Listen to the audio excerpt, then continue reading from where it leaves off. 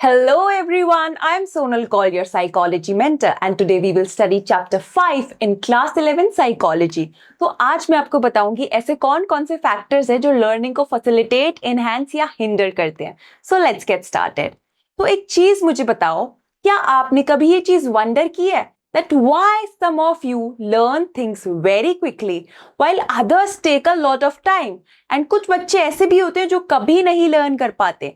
And on the other hand, कुछ लोग ऐसे होंगे जिन्हें क्विकली चीजें याद आ जाती है, बाकी लोगों को बहुत जल्दी याद नहीं आती. They take time to remember things correctly. तो आज हम ये वाई समझेंगे कि what is the reason behind this, कि लोग जल्दी याद कर लेते हैं, टाइम लेते हैं या कभी याद नहीं कर पाते. तो ऐसा इसीलिए होता है कि हमारी लर्निंग जो होती है वो एक साइकोलॉजिकल एंड एनवायरमेंटल फैक्टर से बहुत ज्यादा अफेक्ट होती है. एंड इन्हीं एनवायरमेंटल एंड साइकोलॉजिकल फैक्टर्स के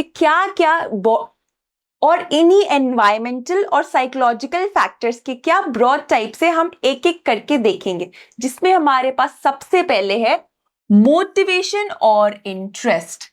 तो हमेशा ये चीज याद रखो फैक्टर्स पढ़ने से पहले कि लर्निंग एक परमानेंट चेंज होता है हमारे बिहेवियर में. तो अब मोटिवेशन क्या करती है? मोटिवेशन हमारे अंदर इंटरनली होती है, इंट्रिंसिक होती है, ठीक है, किसी के बोलने से नहीं होती. इस चीज का आपको ध्यान रखना है मोस्टली. एंड मोटिवेशन क्या करती है? किसी भी बिहेवियर को इनिशिएट करती है, सस्टेन करती है या इनहैंस करती है. So let's see what we have here. Interest makes learning enjoyable. अगर आप किसी चीज में इंटरेस्टेड हो तो आप ऑटोमेटिकली उस चीज के लिए बहुत ज्यादा मोटिवेटेड रहोगे, चाहे कोई आपको मना करे या सपोर्ट करे.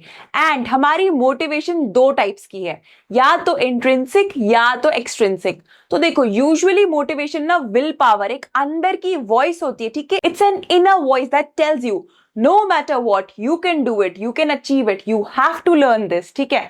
on the other hand, extrinsic भी होती है कुछ केसेस में, जहां पे आपको अगर एक्सटर्नली रिवॉर्ड्स मिलेंगे या आपको पनिशमेंट मिलेगी तो आप पर्टिकुलर बिहेवियर को लर्न करोगे.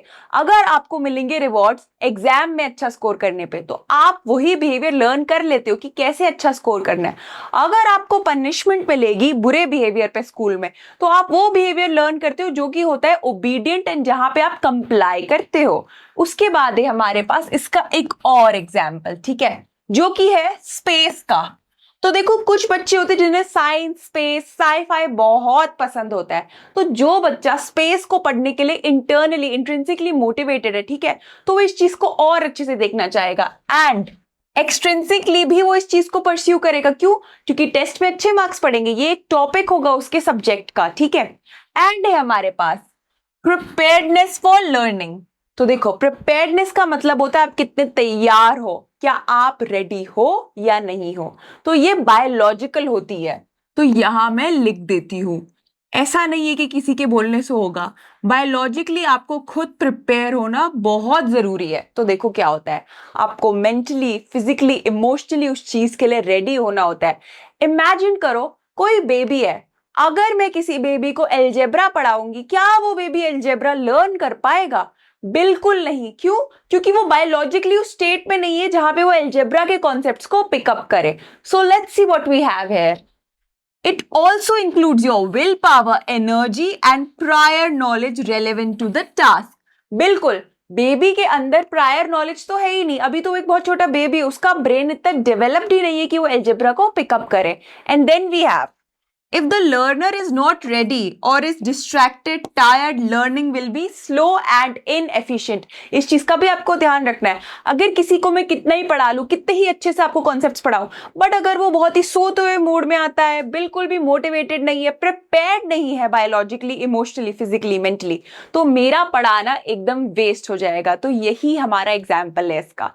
एक और चीज देखो यहाँ पे, जो कि है A child can't learn division. ठीक है, डिविजन के एग्जाम्पल से भी समझो. किसी छोटे बच्चे को डिविजन सिखाओगे, आप बॉड मास सिखाओगे, वो तब तक नहीं सीख पाएगा जब तक उसको बेसिक एडिशन, सब्ट्रैक्शन और मल्टीप्लिकेशन ना आता हो. इस चीज का आपको ध्यान रखना है, ठीक है. Then we have reinforcement. तो रीइंफोर्समेंट हम पहले भी पढ़ चुके हैं, मैं रीइटरेट कर देती हूँ दोबारा से। तो रीइंफोर्समेंट होता है जहां पे हम एडमिनिस्टर करते हैं एक रीइंफोर्सर, और रीइंफोर्सर क्या होता है, ऐसा कोई स्टिमुलाई जो बिहेवियर को इंक्रीज करता है, ठीक है। अब इसके दो टाइप्स पढ़े थे हमने, पॉजिटिव और नेगेटिव, एंड हमने देखे थे कि इसको कैसे सस्टेन किया जाता है। तो दो चीजें थी, पार्शियल था एंड कंटिन्यूअस, ठीक है। अब देखो कंटिन्यूअस में क्या होता है, कंटिन्यूअस में हम आफ्टर एवरी करेक्ट रिस्पॉन्स उसको रीइंफोर्स करेंगे, रिवॉर्ड करेंगे। हम चाहते हैं डिजायर्ड बिहेवियर अप हो यानी इंक्रीज हो, ठीक है। अब यहां पे एक इंपॉर्टेंट चीज है, अगर हमने रैट को बार बार फूड दिया था स्किनर बॉक्स में, ठीक है, कंटिन्यूअसली हर ट्रायल में, तो रैट ने बिहेवियर क्विकली लर्न किया था। अगर हमने 15 ट्रायल्स किए एंड हमने उसे पूरे 14 ट्रायल्स में फूड दिया, या ये मान लो हमने पूरे 15 ट्रायल्स में ही उसको दे दिया, तो उसने बहुत जल्दी लर्न कर लिया कि जैसे ही मुझे बॉक्स में डाला जाएगा ना, अब 16th ट्रायल पे मुझे फूड के लिए ही प्रेस करना है। अब यहाँ पे एक और चीज होती है, क्योंकि आप बहुत क्विकली सीखते हो तो ये प्रोन होती है एक्सटेंशन के लिए, तो इसका आपको ध्यान रखना है। अब एक्सटेंशन क्यों होती है, क्योंकि आपने बहुत जल्दी तो सिखा दिया बट आपने उसे सस्टेन नहीं किया, बाद में बस वहीं तक उसको आपने किया जहां तक आप चाहते थे बिहेवियर वो लर्न कर ले। इसके बाद है हमारे पास पार्शियल, जिसको इंटरमिटेंट भी कहते हैं। तो यहां पे क्या होता है, आप टाइम टू टाइम देते हो कंटिन्यूअसली, बट ऐसा नहीं है कि एकदम साथ साथ में देते हो। आपने अगर 15 ट्रायल्स करवाए तो आपने फर्स्ट ट्रायल में दिया, दूसरे में नहीं दिया, तीसरे चौथे पांचवें छठवें में दिया, एंड ऐसे ही आपने उसके 10th 11 12 13 14 ट्रायल्स में दिया, ठीक है। अब देखो, slower learning but behaviour is more resistant to extinction, इस चीज का आपको ध्यान रखना है। बिहेवियर ना एक्सटिंक्ट नहीं होगा, क्यों, क्योंकि आपने उसको टाइम टू टाइम देते रहे हो, तो उसको बिहेवियर याद रहता है लॉन्ग टर्म के लिए। तो यहां मैं लिखती हूं लॉन्ग टर्म, इस चीज का आपको ध्यान रखना है। अब इसका एक और एग्जाम्पल देखो मेरे साथ, एक बच्चे का एग्जाम्पल लेंगे, ठीक है। वो प्रेज होता है बहुत ज्यादा अच्छे मार्क्स लाने के लिए, जब जब वो लाता है, ठीक है। तो ये हो गई कंटिन्यूअस, ठीक है, उससे कंटिन्यूअसली अच्छा शोकेस किया तो हमने कंटिन्यूअसली उसको रिवॉर्ड दिया। बट अगर हम चाहें तो उसे हर बार प्रेज नहीं करेंगे, हम क्या करेंगे, ओकेजनल प्रेज देंगे उसे, जो कि है पार्शियल, ठीक है, ताकि वो बिहेवियर मेंटेन हो, ठीक है। उसको पता है, क्योंकि होगा क्या कि अगर हमने उसको बहुत इनिशियली दी, ठीक है, एंड उसे तब तक वो चीज दिखाई, बट हमने रुक जाएंगे एक पॉइंट के बाद, ठीक है, तो फिर वो बिहेवियर नहीं दिखाएगा। इंस्टेड अगर हम उसे पार्शियल या इंटरमिटेंट हर तीसरे या चौथे या 6th या 7th एग्जाम में दे, रादर देन 1 to 7 में हर उसमें, तो वो उस बिहेवियर को रखता है मेंटेन, क्योंकि उसको पता है I will get rewarded in the longer picture. अब एक और इंपॉर्टेंट चीज है जो कि है other supporting factors.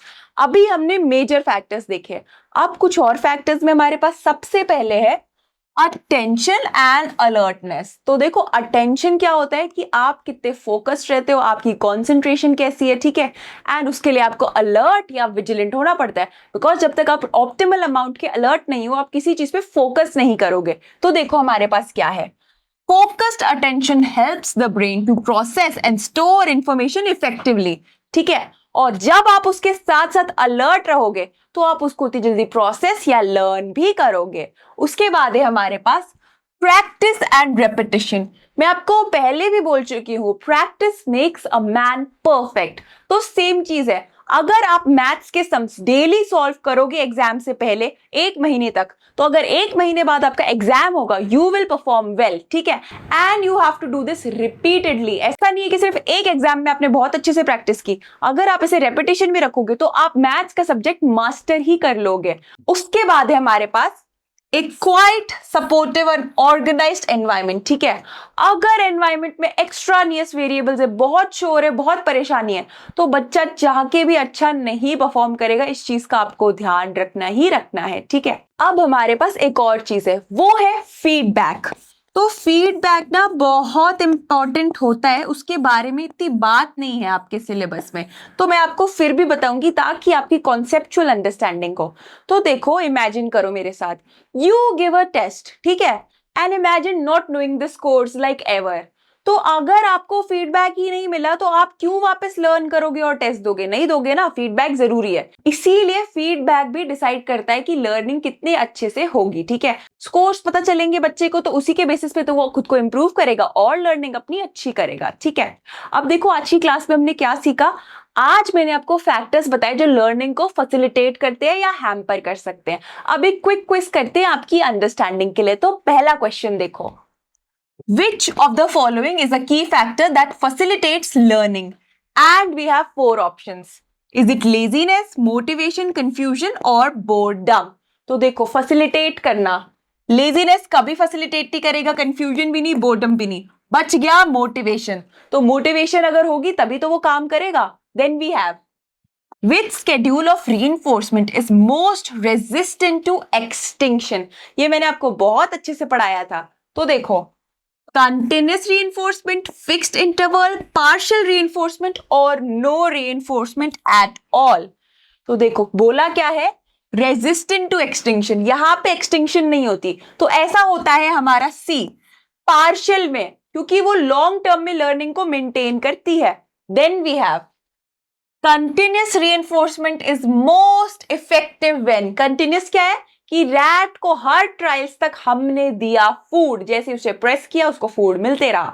So starting to learn a new behaviour, wanting to stop a behavior, practicing a mastered skill, learning through punishment। तो देखो हमारा सही ऑप्शन है ए, when you start to learn a new behavior, कि rat को हमें सिखाना है कि भाई तुम प्रेस करोगे तुम्हें फूड मिलेगा। अब एक चीज मुझे बताओ, आज इतने फैक्टर्स पढ़े, खुद के साथ बैठ के सोचना कि which factors help you to learn, which facilitate your own personal learning in life। तो आपको पता है ये टॉपिक भी बहुत अच्छे से याद हो जाएगा जब आप खुद के ऊपर इंट्रोस्पेक्ट करोगे। So that was all for today's class. I will see you in the next lecture.